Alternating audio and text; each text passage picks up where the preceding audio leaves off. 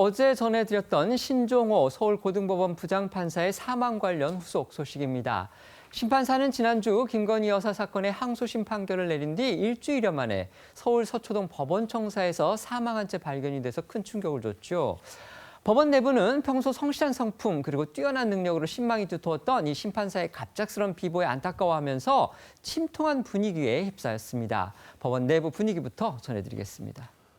신종호 부장판사는 검찰 내에서 존경받던 고 신현무 전 검사장의 아들로 서울대 법대를 졸업하고 2001년 법관으로 임관했습니다.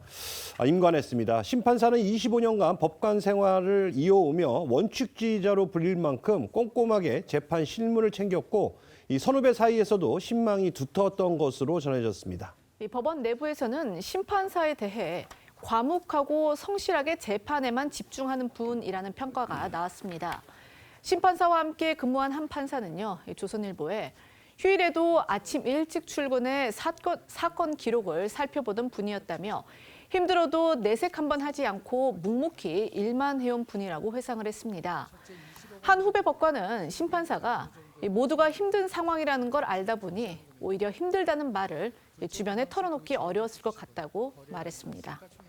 법원 안팎에서는요, 이 서울고법의 형사 일부가 내란 전담 재판부로 지정된 이후에 이 심판사가 속해 있는 그 재판부가 맡게 된 사건이 크게 늘면서 심판사 역시도 과중한 업무 부담에 시달렸다. 이런 이야기도 나오고 있습니다. 네, 맞습니다. 서울고법 형사 1부가 내란 전담 재판부로 지정된 뒤에 심판사가 속한 형사 15부는 형사 1부의 기존 사건들을 대부분 넘겨받은 것으로 전해졌습니다. 정의용 전 국가안보실장과 서훈 전 국가정보원장 등이 연루된 이른바 탈북 어민 강제북송 사건도 형사 15부가 맡게 됐는데요. 이에 법원 안팎에서는 심판사가 과중한 업무 부담 속에 극심한 불면증을 겪었다 이런 이야기도 나오고 있다고 조선일보가 전했습니다. 한 법원 관계자는 조선일보에 심판사가 재판에 영향을 줄까 우려해서 수면제를 처방받고도 복용하지 못했다고 들었다고 했습니다. 실제로 심판사는요, 최근 주변 지인들에게 이 재판 업무로 인한 부담 그리고 스트레스를 토로했던 것으로 전해졌다. 이렇게 조선일보가 덧붙였습니다. 경찰에 따르면 현장에서 발견된 유서로 보이는 문건에는 죄송하다, 떠난다는 내용이 담긴 것으로 전해졌습니다. 다수의 언론들은 이 문건에 김건희 여사 사건 등 재판과 관련된 구체적 내용은 담기지 않았다고 보도했습니다.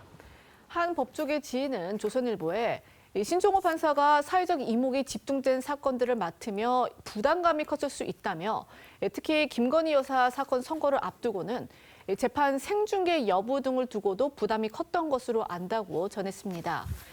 한 법원 관계자는 중앙일보에 내란 전담 재판부가 새로 지정이 됐는데 이 해당 재판부가 기존에 맡고 있던 사건들이 이 일반 형사 재판부로 재배당되면서 심판사 재판부의 업무 부담이 더욱 커졌을 것이라며 김건희 여사 재판은 일부에 불과했고 다른 사건들도 너무 많았다고 했습니다.